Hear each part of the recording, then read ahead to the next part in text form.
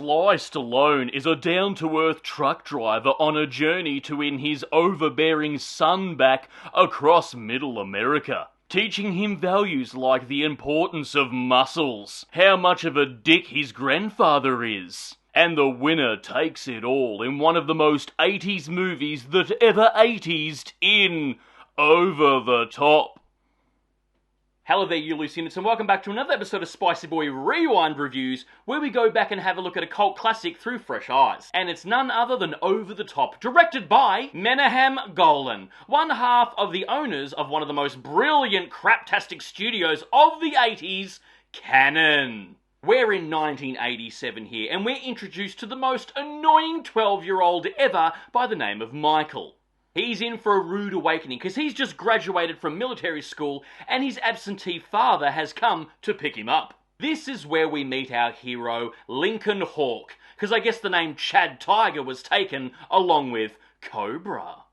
It's Michael's dying mother's wish to rekindle the relationship between absentee father and son. And what better way to do it than with a road movie across country? Lincoln Hawk, our hero here, is a down on his luck, broke truck driver. And what better way to rekindle this strained relationship than in a sweaty little cabin in a truck? But Michael's having none of it! He's used to the finer things in life because he's been a spoilt little shit, all thanks to his super rich grandfather. And on this note, Michael's dickish super rich grandfather finds out about these plans to rekindle this relationship between father and son, and he's having none of it! After he pissed off Tony Montana in 1983 in Miami, he decided to make Lincoln Hawk's life a living hell, having a hand in splitting up the marriage between his daughter and our hero. He thinks it's a good idea to piss off this super tanned, super baby oiled up, muscular truck driver, which of course can only go well.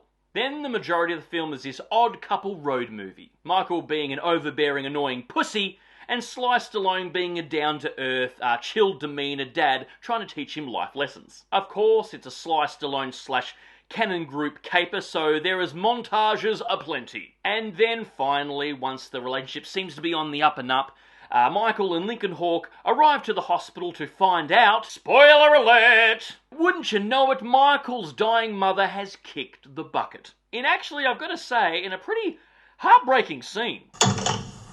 He's dead. Sly then decides the only way to win the affections of his son back is to go to Las Vegas and win the arm wrestling championship, because 80s. So Sly sells his truck, his way of living if you will, puts all the money, bets on himself to win the title. You heard me! This is when the movie shifts from heartfelt 80s road movie to full-blown Rocky III-esque testosterone wrestling film. Think of the third act as the climax of The Karate Kid 1 with the 80s WWF roster.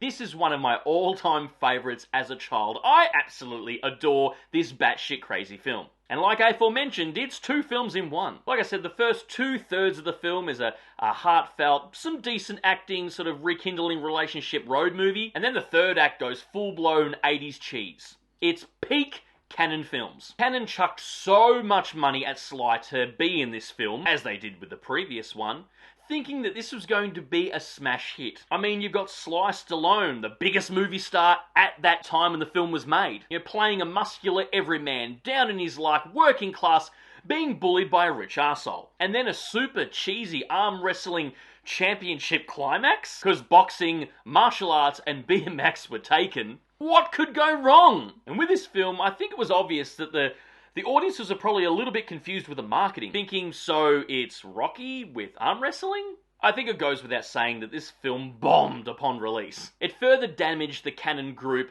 with the losses of this film, along with the other films they released previously that year.